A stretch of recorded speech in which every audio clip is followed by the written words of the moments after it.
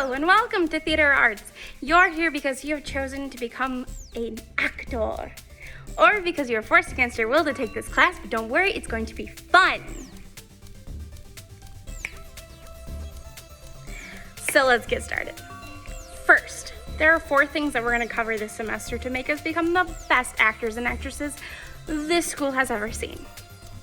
Number 1, how to stand on stage. Number 2, where to go on stage. Number 3, how to speak on stage. Number 4, how to react on stage.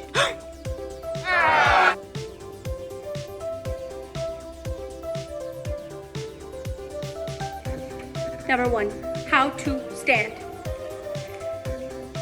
There are 4 ways that you can stand on stage. Number 1, you can face your audience 100%. This is called full front because you can see the full front of me. Number 2, profile, because you can see my profile. Number 3, full back, because you can only see the back of me. Number 4, and the obvious choice. It's halfway between full front and profile. Full front, we're having an audience conversation, meaning we're talking to our audience, but the people on stage are not a part of that conversation. Profile means we're standing face to face with the person we're talking to. This is natural, but not on stage. This involves only us. But if we take one step out, not full front, not profile, cheating out. It involves everyone to the conversation. A quick review. 1, full front. 2, profile. 3, full back. 4, cheating out. Number 2, where to go. This is your stage. Down here, that's your audience. Stage directions are always from the perspective of the actor, not the audience. The stage directions do not change if you are looking at the stage from the audience perspective. They are always from the actor's perspective, no matter what. This is Jim. Jim is an actor. He is on stage, he is facing his audience. To Jim's right is stage right. It is Jim's right. Jim is the actor. Jim is facing his audience, and this is Jim's right-hand side. So this is stage right. This is still Jim. Jim is still on stage. He is still facing his audience, but now Jim is going to go to the left. This is stage left. Now let's say Jim wants to experiment with depth. He wants to get closer and farther away from his audience. Jim can get farther away from his audience. This would be him going up stage. And let's say Jim wants to get real close and personal with his audience. Jim is gonna go down stage. A little history lesson for you on where we got the ideas of the up and the down. Used to be that theater was performed on a hill. So if actors were going up the hill, they were getting farther away from their audience. Therefore, we have up stage, getting farther away from your audience, going up the hill.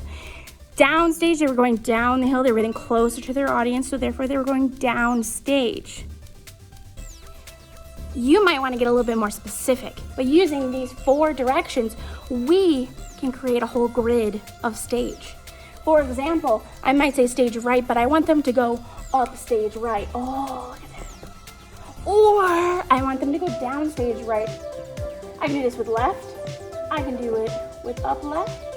You'll be saying, Mrs. Sharp, there's something missing. And you're right, it's the most important part of all. It's where Jim is standing right now. Jim is a diva. Jim likes the spotlight. So therefore, Jim is standing center stage. Now he can be center, or he can be up center or down center, but Jim is always gonna be center stage because he is the star of this show, baby. Now, for us, this is all we really need to worry about because it's all our stage has. But some other stages, more elaborate stages, if you will, they have more stage. This line right here, where if you were on our stage and you stepped off that line, you'd be jumping down about 4 feet to the ground. This is called the proscenium. Proscenium is where the walls end. Basically, our stage is a big box, and if you chopped off one side and had an opening, that's what our stage is. That's the proscenium line, where those walls end. Now, some stages, they come out a little bit further. We call this the apron.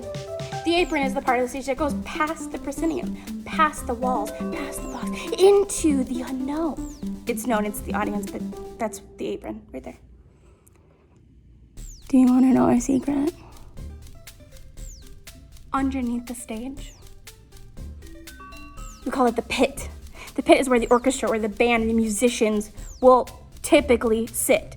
Now, do all theaters have a pit? No. Some of them, their apron opens up and you can add a pit there. Some of them don't have it. Some of them have it and don't use it. There are a couple shows that have a pit, but they didn't use it. They put their band or musicians on stage.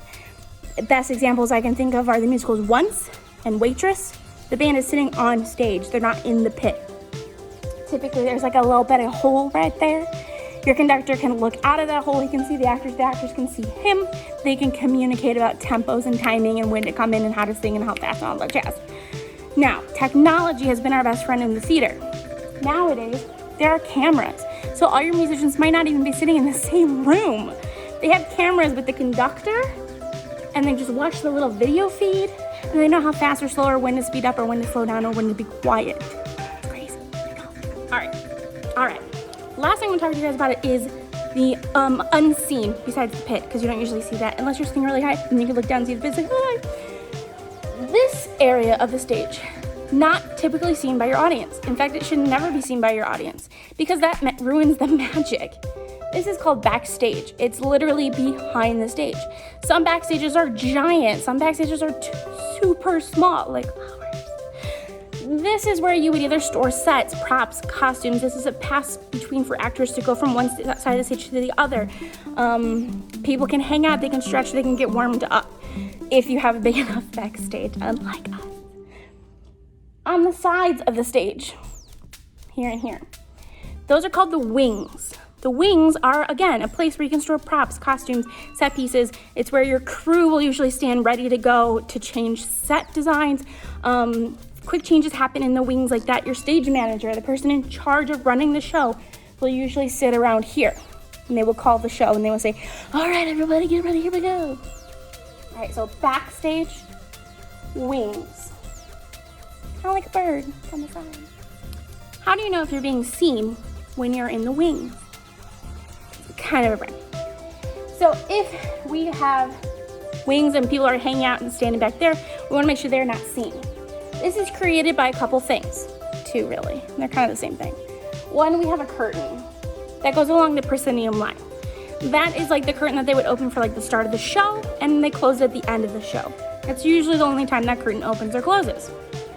You could also have a curtain that goes kind of in the middle of the stage. This could be used for a scene change or a dramatic effect.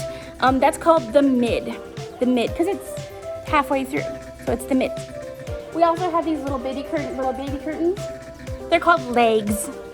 They don't open, they don't close. They're just there to block the actors that are hanging out in the wings. We have sight lines that tell us where we can stand without being seen. Disney World uses this. When you are a character in costume, they have a line on the floor. It's called the sight line. Once you have stepped past that line, people can see you. They got it from theater. Once you step past that line, the audience can see you. If you're behind the sight line, no one can see you. If you're in front of that sight line, people can see you. To review, this video has covered how to stand and where to go. Now this will all be reviewed in class, in person. If you are a virtual learner and you need me to review or discuss any of this information, please contact me, because I would love to clarify. Next, we will go to how to speak and how to react, but not before we perfect where to go.